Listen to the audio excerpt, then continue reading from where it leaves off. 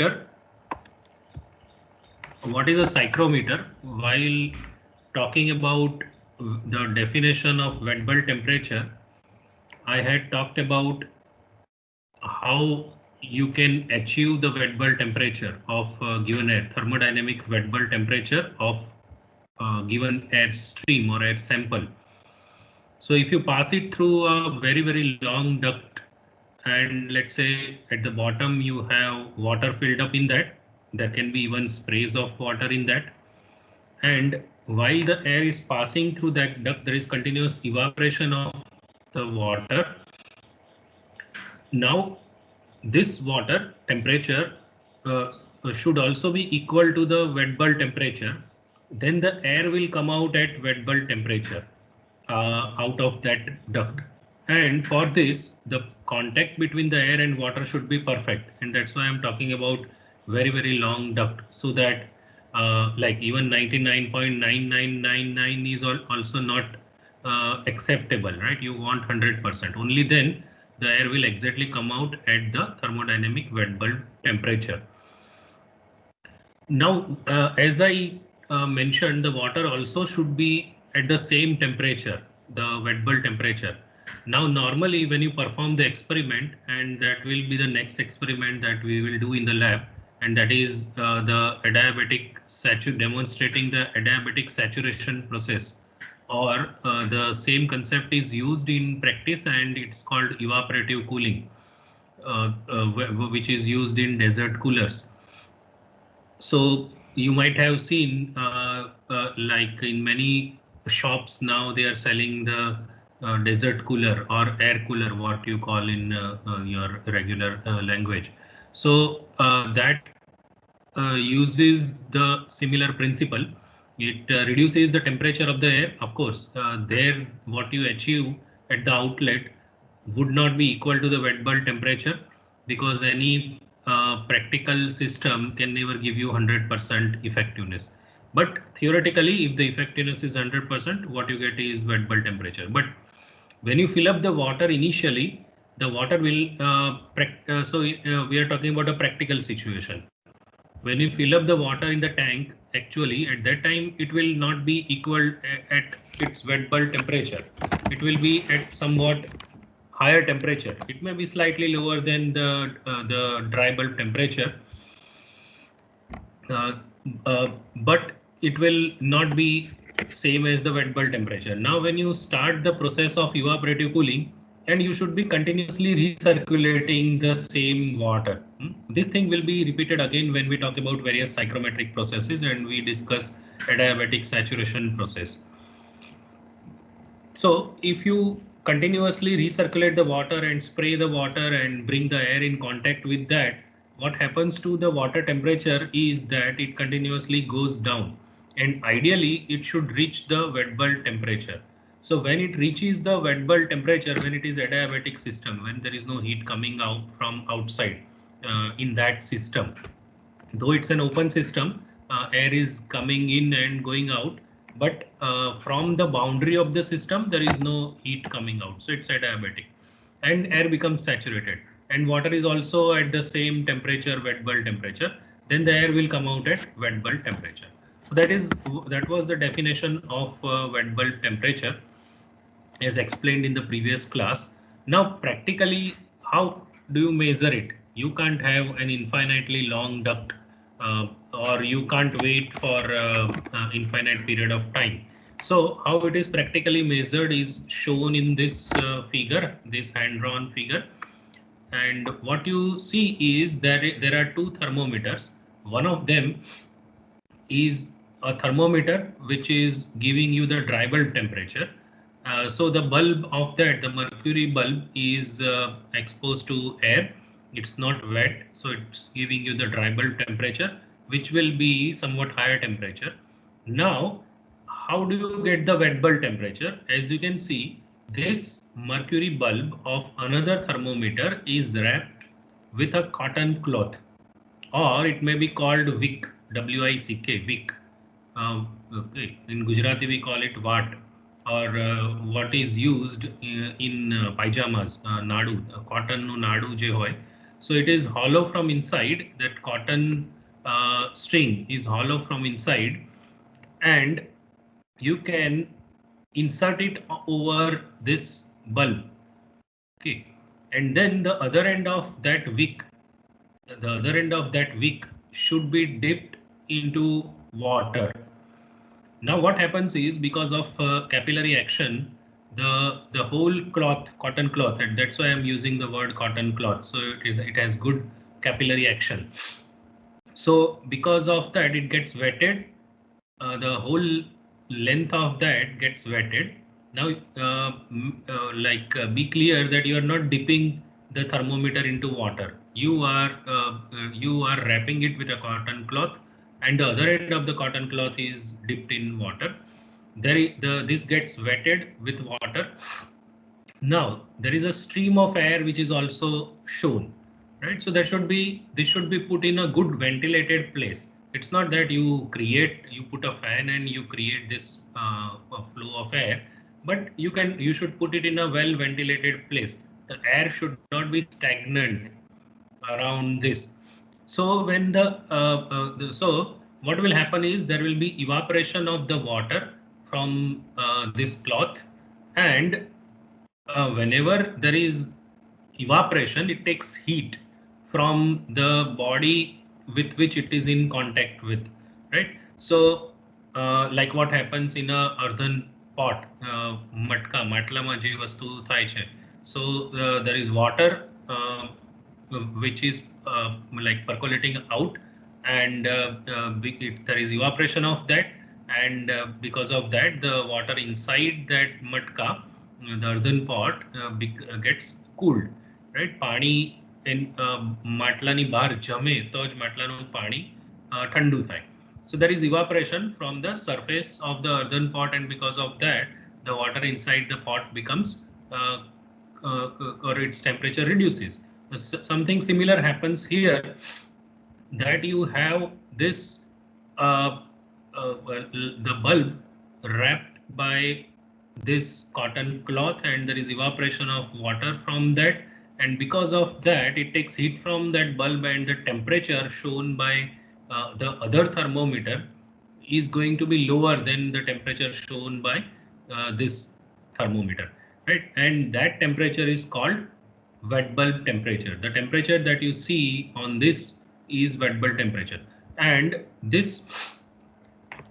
method is a practical method of measuring wet bulb temperature.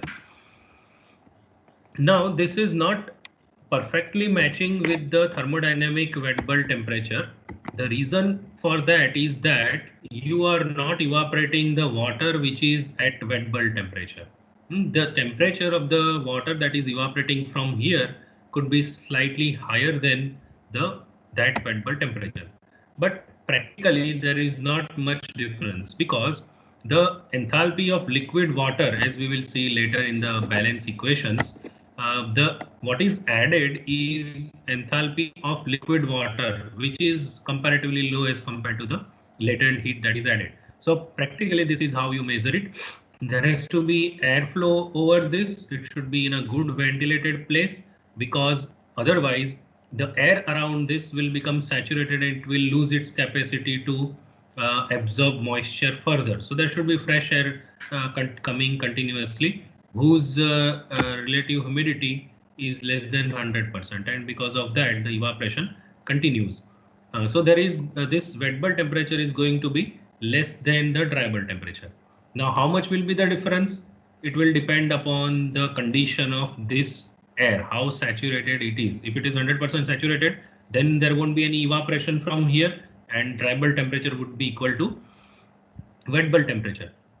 But more dry this air, faster the evaporation, and more the difference between dry bulb temperature and wet bulb temperature, right? That is called the dip in temperature, the difference between dry bulb temperature and wet bulb temperature, right? So that dip, the difference between dry bulb and wet bulb, will be higher when, or it is called wet bulb depression. Wet bulb depression. So the mercury level here will get depressed, right? Will go down because of this evaporation process. So the difference between dry bulb temperature and wet bulb temperature is wet bulb depression. So wet bulb depression will be zero when this air is saturated, and it will be high. It will be more and more as this air is dry, more and more, or humidity content is less. So wet bulb temperature indirectly shows the humidity content in this air. It's an indirect measurement, and with the help of certain formula equations, or with the help of the psychrometric chart, you would be able to get the other parameters, the humidity ratio, W, etc. Once you get two parameters, so thermodynamic wet bulb temperature is also one of the properties of air. So if you are given dry bulb temperature and wet bulb temperature, you can find all other properties of the air because the state is defined. So this is how it is practically measured, and this device, what is shown in this figure, is similar to what is shown in this photograph, which is showing you a device which measures the dry bulb temperature and wet bulb temperature. It is called wall type psychrometer because you are going to hang it on a wall, so it's called wall psychrometer. And it should be kept in a good ventilated place. And here you see two thermometers. One of the thermometer is this, whose bulb is dry. They have just made a kind of protection casing here. Otherwise, the bulb is not wetted. But in this case, as you can see, there is a wick which is covering the bulb, mercury bulb, or any other fluid which is used for the measurement of temperature, and that is dipped in this small container, and there should be water in this, and the other end of this wick should be dipped in water. In that case, this thermometer on the right hand side will give you the wet bulb temperature, right? So wet bulb temperature is an indirect indication of the humidity content of air, and with the help of that you will be able to find other properties once the state is fixed. Now the limitation of this thermometer, you can call it a mechanical thermometer. The other type is sling S-L-I-N-G, sling psychrometer. This sling psychrometer is also mechanical method of measurement of wet bulb temperature. This is a mobile device. This you are going to hang on wall, which will remain steady at that place. But this can be carried like so. An HVAC engineer can carry this device with him. And here there is a small container tank in which you can fill up water. And this thermometer, the upper one, will give you the dry bulb temperature, and the lower one will give you the wet bulb temperature. And you can see that the bulb of that is covered with wick, and the other end of that wick is inside this small container, and there would be one opening of that, and you can fill up water in that. And so this wick will remain wet. Now this is the handle, and the center line of the handle is also the axis of rotation. So this whole thing can rotate about this axis, the center line of the handle. So you can hold it from the handle and rotate this thing. And when you rotate it, you are creating some airflow over the surface of this. So there is evaporation, and there is a dip in temperature of this thermometer, and finally it should give you the wet bulb temperature. So this is sling psychrometer, S-L-I-N-G, sling psychrometer, while this is wall type of psychrometer. So these were the basic devices which were used for measuring dry bulb temperature and wet bulb temperature. But then the ease of reading is not very high. Sometimes because it is mercury and the color is also very light silver color, it is difficult to read. And in addition to that, you cannot have a very high resolution on the scale. As you can see, of course, this is in it's in Fahrenheit as well as in degrees Celsius. Like if you look at the degree Celsius, what it can show minimum is 1 degree Celsius, right?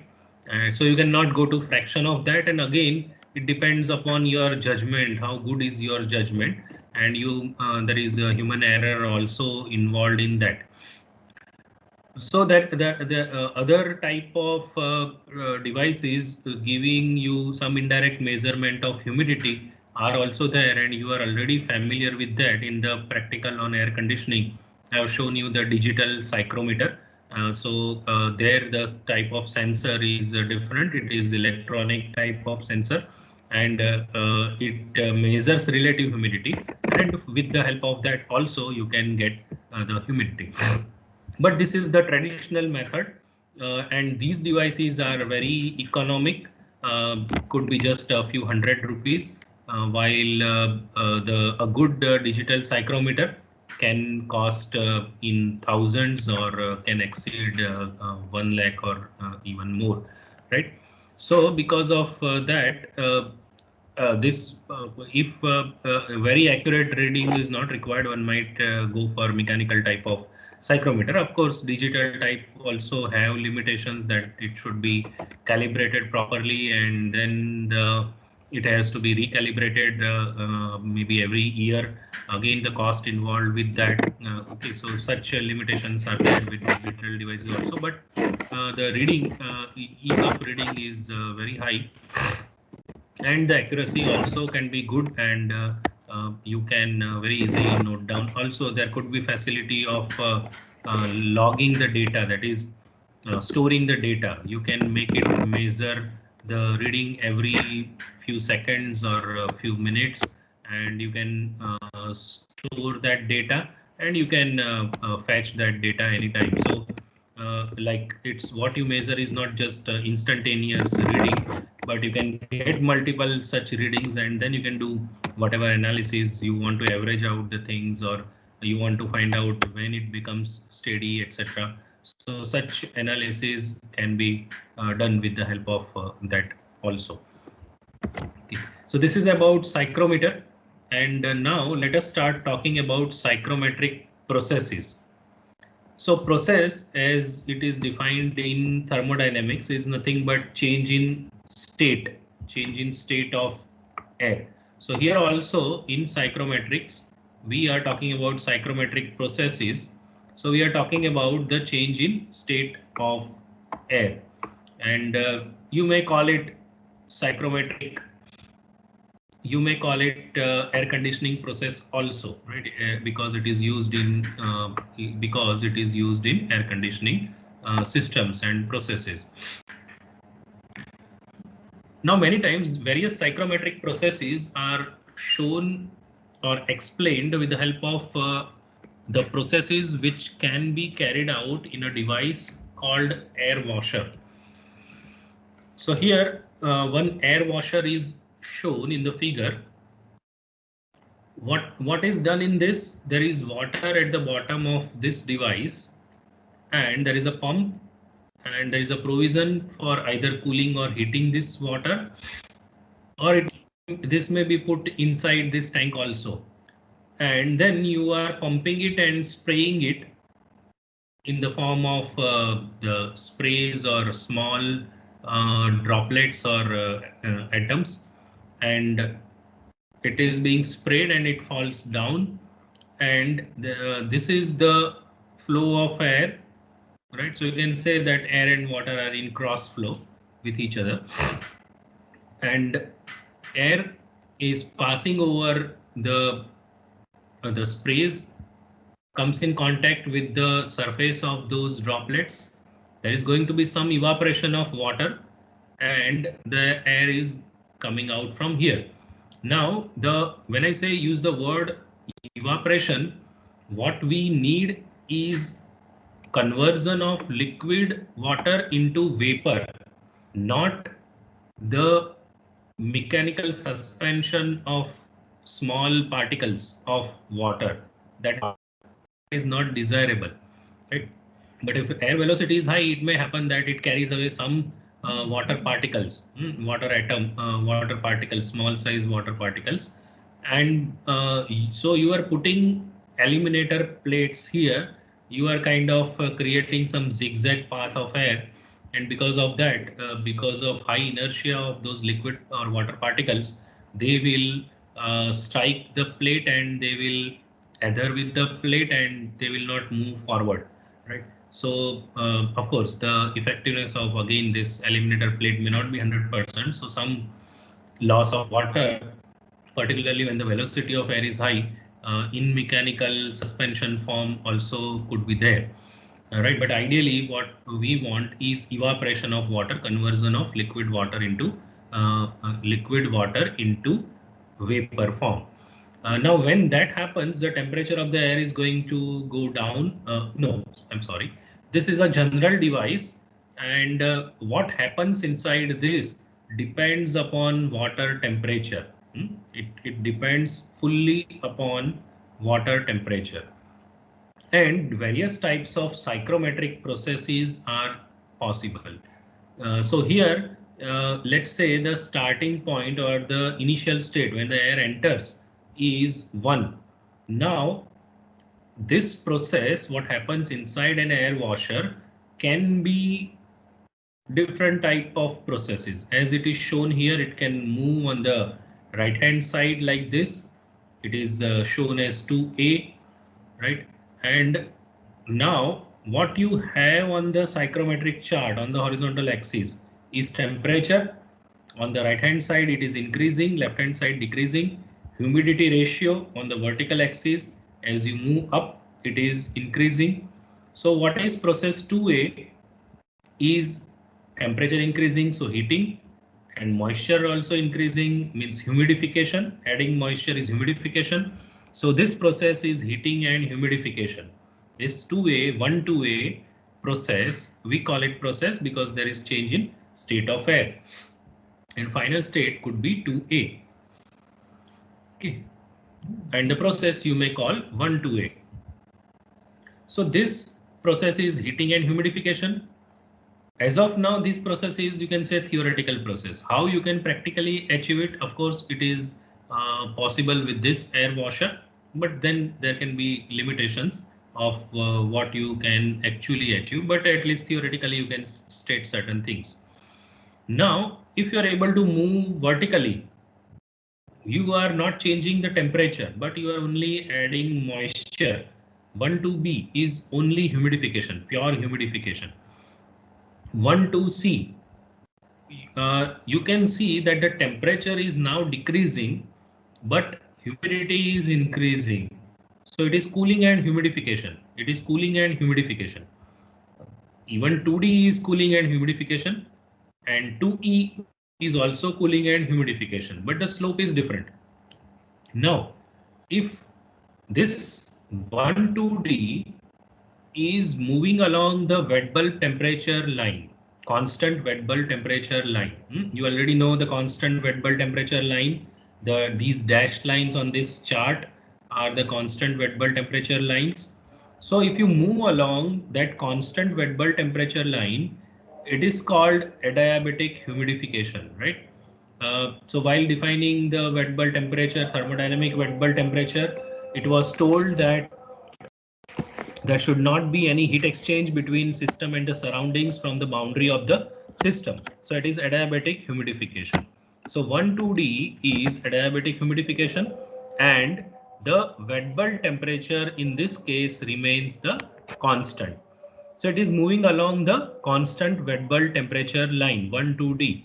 But if the process is such that your slope is higher than 1-2D, as it is seen by 1-2C, in that case you still call it cooling and humidification, right? And it is also possible that you achieve cooling and humidification. Of course, the amount of cooling that you get is more here, right? And the amount of cooling that you get here is less here, and with the same length of the line. And amount of cooling that you get is more if you are along 1-2E, which is also cooling and humidification, right? Now, in case you are able to move on this horizontal line, then it is cooling only, sensible cooling. If you are moving along this horizontal line, you are only changing the temperature. You are not changing the humidity ratio W. Moisture content is not changing. So that process is called cooling, sensible cooling. Nothing happens to humidity. And if you are able to move down like this, where you are decreasing temperature as well as you are decreasing the humidity ratio, that process is cooling and dehumidification, right? Opposite of humidification, dehumidification, that is moisture removal, is also happening. And this process, this sloping line downward moving towards the left hand side, is cooling and dehumidification, which is the most common process occurring in air conditioning, particularly in tropical countries where the moisture in the ambient is also high as well as the temperature is also high. And of course it depends upon the load on the conditioned space, right? We will talk about that later.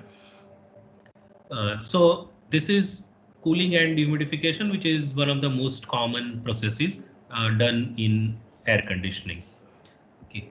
So which process can occur when? This device can ideally provide you all such processes. How you can achieve all such processes with the help of this device? We will discuss about that now. Okay. So let me open this document. Yeah, so it basically depends upon the water temperature. Okay, the water temperature in this device. This tank, you have the provision for cooling the water or you have the provision for heating the water. And the water that you spray here, the temperature of that will affect what happens, what kind of psychrometric process occurs, and what type of process as seen in this chart is occurring, whether it is 12A, 12B, 12C, 12D, 12E, 12F or 12G. All such processes are possible. Of course, here two processes are not shown. If you go vertically downward, again a theoretical process, it is dehumidification, pure dehumidification. Nothing happens to temperature. And opposite of, let's say, 12D, rather than moving in this direction, you move in the on the right hand side. So that is heating and heating and dehumidification. Heating and okay, you may, if you are extending this line 12D on the right hand side, it is adiabatic heating and humidification, right? So it may happen with chemical dehumidification, right? Chemical dehumidification. So if you chemically remove moisture, that is what generally happens. The temperature increases, but the humidity in the air decreases, right? So those two processes are not shown on this chart, and we probably may not discuss them even later on. Okay. Yeah. So regarding the other processes, what should be the temperature of water? So let us discuss about that. What should be the temperature of water for which kind, for different types of processes, right? So let us discuss about that. So with the help of this, you will be able to know what should be the temperature of water. So here we are talking about three temperatures. One, the dry bulb temperature of air, which is shown as T1 at the entry. The surface temperature of water or temperature of water, we may assume that it is same at the surface as well as the pore. So water temperature Ts, and other temperature is dew point temperature. So actually we are talking about four temperatures. Dew point temperature, you already know the definition of dew point temperature, and the wet bulb temperature, which is shown by a dash, right? Either you show a dash over T or you show a star, right? Here it is, a dash is shown. So there are four temperatures that we are talking about: dry bulb temperature T1, wet bulb temperature T1 dash, dew point temperature TD, and water temperature TS. Now process 2A, 1-2A will occur heating and humidification if your water temperature is higher than the the dry bulb temperature of air 1. So at 1, whatever is the dry bulb temperature, if your water temperature is higher than that, let's say water temperature is 30 and the air temperature, dry bulb temperature is 30, and let's say the water temperature is 40 degrees Celsius. So in that case, there will be heating of air, sensible heating, as well as there will be addition of moisture. Now 1-2B is theoretically possible. Now, how can you achieve 1-2A? You can achieve 1-2A only if you are heating the water. Otherwise, it is not possible, right? And at a particular rate, higher than a particular rate. If you are able to maintain a very particular heating rate, it might be possible that you keep the temperature of water equal to the dry bulb temperature of air. In that case, only humidification will happen. 1-2B, only humidification will happen.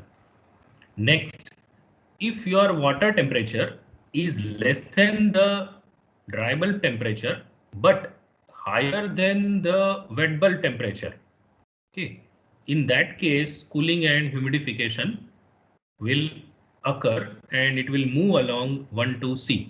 But even in this case, you are heating the water externally, right? This process can continue as a steady state process only if you continue heating the water. Otherwise, if you don't heat the water and recirculate the same water, it will try to approach the wet bulb temperature, and finally it will start.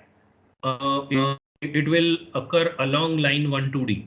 So if you are not doing anything with the water, there is pure recirculation, not heating, not cooling, then finally you will achieve adiabatic saturation process 1-2D. So if the water is recirculated by pump without external heating or cooling, then you will move along 1-2D, which is adiabatic saturation, which is also cooling and humidification, Then if you are cooling the water, but not enough, so the water temperature remains higher than the dew point temperature, but it is less than the wet bulb temperature, then you will move along 1-2E, right? So it's not horizontal, but the slope is less than 1-2D, right? So in that case, cooling and humidification is still possible. Then if you are able to maintain perfectly the water at its dew point temperature by removing the heat or continuously cooling the water, in that case you will achieve sensible cooling only, right? You are maintaining perfectly at the dew point temperature, right? You may say that the condensation will start, it is like +0 and -0. So if you are maintaining it at plus TD, you can say slightly higher than the dew point temperature. Let's say dew point is 15 and you maintain it at 15.0001 degrees Celsius, right? So in that case, there won't be any dehumidification. There will be only cooling, sensible cooling of air. Now, if your water temperature is less than the dew point temperature, so you can here say that 14.9999, right? So in that case, the dehumidification as well as cooling will occur and the line will move along 1-2G, right? So with this device, air washer, you may be able to get all this process. Now, this doesn't mean that in all air conditioning process you are going to use only this kind of device called air washer, right? But this is just to theoretically explain certain things. And if you fill up a chemical here, a hygroscopic chemical, and you just recirculate it, right? So in that case, it would be possible to move along the direction opposite to 1-2D, right? So I was talking about chemical dehumidification, adiabatic dehumidification, right? You'll move along this line. Okay, so even that process is possible, but there you are not talking about water, but you are talking about a chemical, hygroscopic chemical, right? Okay. So that's about the heating and dehumidification process. Right? So we have talked about all the processes, but how can you practically achieve how these things are done in practice, how these processes are achieved in practice, what is the usefulness of that process? So we'll discuss those things now one by one, and there'll be certain numericals also which will help you to get some feel about the actual rates that you will find in a field, right? The cooling rate required for a particular process, and under what circumstances which psychrometric process may take place, and things like that, right? So we'll take these processes, discuss these processes one by one now, starting with the sensible heating and cooling process.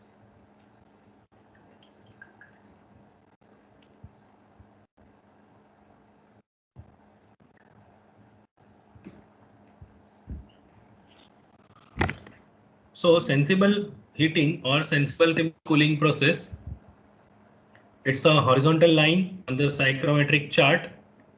If you move on the left hand side, it is sensible cooling as shown in the first figure, right? And here it is shown like there can be a heat exchanger, and you can pass cool water. I'm not using, but I'm intentionally not using the word chilled water, because generally when we use the word chilled, we mean very low temperature. Okay, but if it is just lower than if it is just lower than the dry bulb temperature, now mind well, here we are not talking about direct contact between air and water. In air washer, we talked about direct contact, which allows evaporation to occur. In this case, if there is a heat exchanger, let's say a fin tube type of heat exchanger, right? So water passing through tubes, and there are fins over that, and you are blowing air over that, and so there, if the water temperature is less than the dry bulb temperature of air, but higher than the dew point temperature, under all those circumstances, there will be only sensible cooling of air, right? Here, there is no humidification possible because water is not coming in direct contact, right? Okay, so sensible cooling, if the temperature of the cooling media, it can be water or it can be other media also, which is taking away heat, is higher than the dew point temperature, then sensible cooling will occur as it is shown here. The process, it may start with A, you are moving on the left hand side, decreasing the temperature B, but you are not able to go up to the dew point temperature because the cooling media itself is not at such a low temperature, and again no heat exchanger. Let's say the water is exactly as dew point temperature, still air will not reach dew point temperature because no device can have 100% effectiveness. So you will stop at some intermediate point because of the limited effectiveness. Let's say effectiveness is 80% or 90%, but still you will not reach up to the dew point temperature, even if the air temperature, water temperature is almost equal to the dew point temperature. So this is about sensible cooling. It's a horizontal line on the psychrometric chart. Only change in temperature, no change in humidity ratio. And the opposite of that, let's say you pass the hot water through this coil. Again, we are talking about indirect contact. In that case, the air temperature will rise, and this can be even electrical heating, right? But it's not a good idea to go for electrical heating because you are consuming high grade energy there. You are using electrical energy for converting into heat, right? Opposite of that happens in power plant. You convert heat into work, mechanical work and electrical work, and then again you downgrade it to heat. So that's a waste of energy. So it's thermodynamically not a good idea to use an electrical heater. Of course, the price of the unit of or same heat, same unit of energy in terms of electrical energy is higher than what you get by the other fossil fuels, right? So that way, consuming electrical energy for heating is not a good idea, and you should, as far as possible, and should find other ways of using other ways of achieving heating, sensible heating, let's say. Okay, so in that case, it will move along the right hand side and on a horizontal line, no change in humidity ratio. So here it is written that sensible cooling of air at temperatures above its dew point temperature is sensible cooling, only temperature change, no change of humidity ratio. This could be possible if you have low temperature groundwater, you might use it for cooling, right? But groundwater will not be at a temperature lower than the dew point temperature.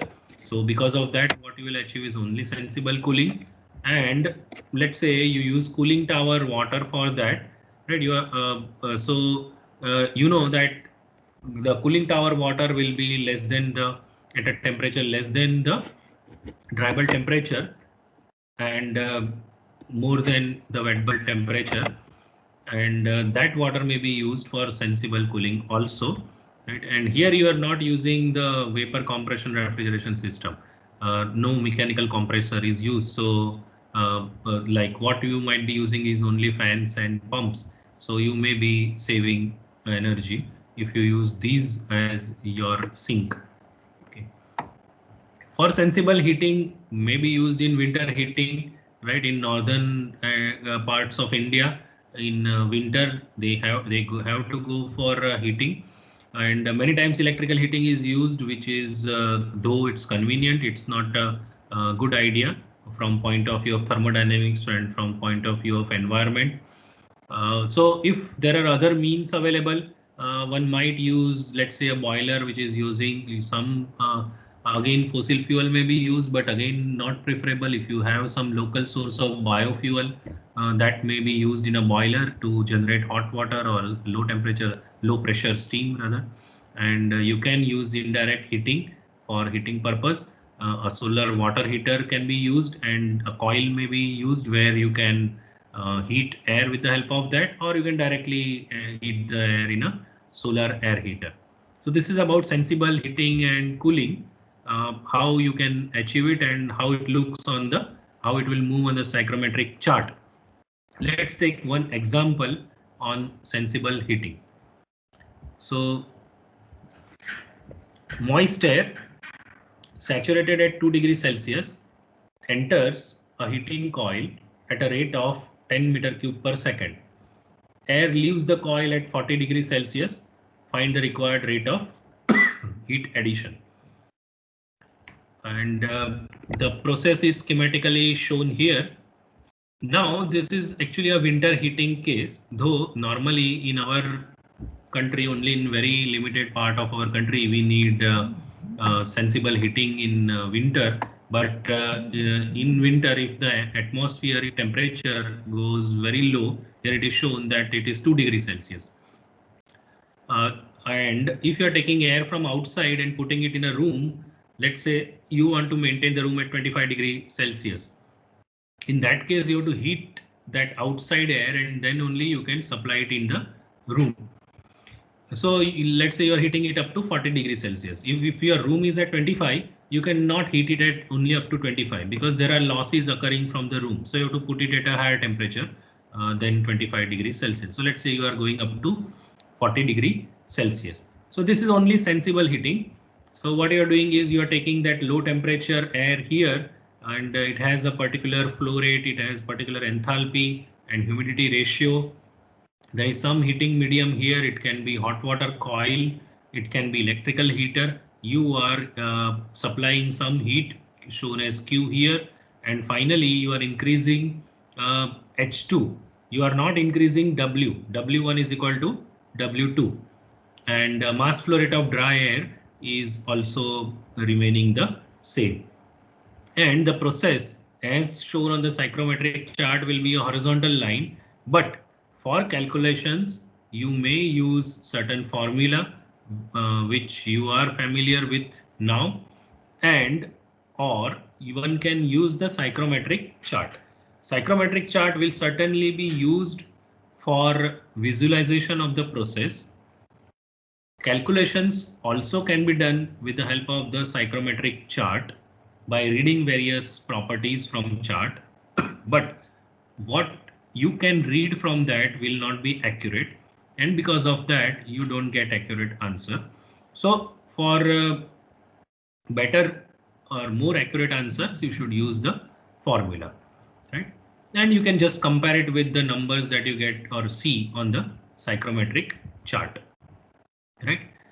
So first thing what you do is put both the points on the psychrometric chart. So you're talking about two different states. One, the air, moist air saturated at 2 degrees Celsius. So put that point on the psychrometric chart. So this is your psychrometric chart, and 2 degrees Celsius temperature. So on this is 0, this is 1, and this is 2. So you show that point on the psychrometric chart. If you have that chart with you, you also put that point, show that point on the psychrometric chart, 2 degrees Celsius and 100% RH. So it will be on this saturation line, right? It will be on this saturation line. So I'm talking about this point, which is for 2 degrees Celsius and on the saturation line, right? This is 2 degrees Celsius and this is 100% RH. So this is state 1, right? Outside air, let's say ambient air is at this condition. Now you want to heat it up to 40 degrees Celsius temperature, and when that happens, you are not going to change W. So it will move along a horizontal line. It will move along a horizontal line. So it will move along a horizontal line. Let us draw such a line starting from here and a horizontal line going up to 40 degrees Celsius. Okay. So this is that line.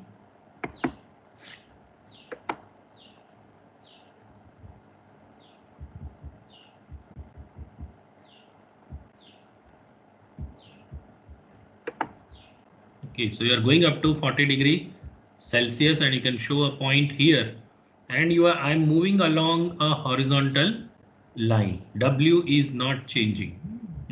Now you can read various properties at state 1, this point, and state 2 at the end of this line with the help of the psychrometric chart.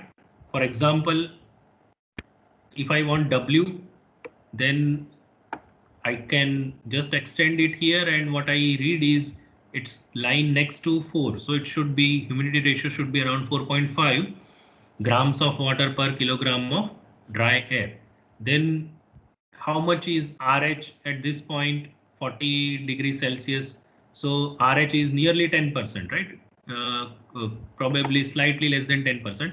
So this is here you can see, though W is not changed because temperature is increased, RH changed from 100% to 10%. Okay. So that's why I was saying that RH is sometimes misguiding. It is related, you have to quote it with temperature, along with temperature, otherwise you don't get any useful information. Right, then what is the enthalpy at this point? So you can read that here from here, right? So it's you can see that this is 20, this is next line is 18, long line, this is 16, this is 14. So it seems to be around 13, right? The enthalpy at this point seems to be around 13. Similarly, you can get the enthalpy at this point, right? You can draw a line parallel to a nearest enthalpy line, right? This is the line for 50. So what you should do is take a roller scale, make it parallel to this 50 enthalpy line, then roll your scale up to this point, point number 2, and draw a line and draw that line up to the enthalpy scale. Right, so you will be able to read the enthalpy. So you can get various properties. You can even get the this specific heat also. You can read various properties with the help of the psychrometric chart, but you can also get the things with more accurate answers if you use the formula, right? So we will use the formula also. So there are two things to be done. One, the process to be plotted on the psychrometric chart, and the calculations will also be done with the help of formula. So we'll complete this example in the next class with the formula. By that time, you should try to solve this problem at least with the help of the psychrometric chart.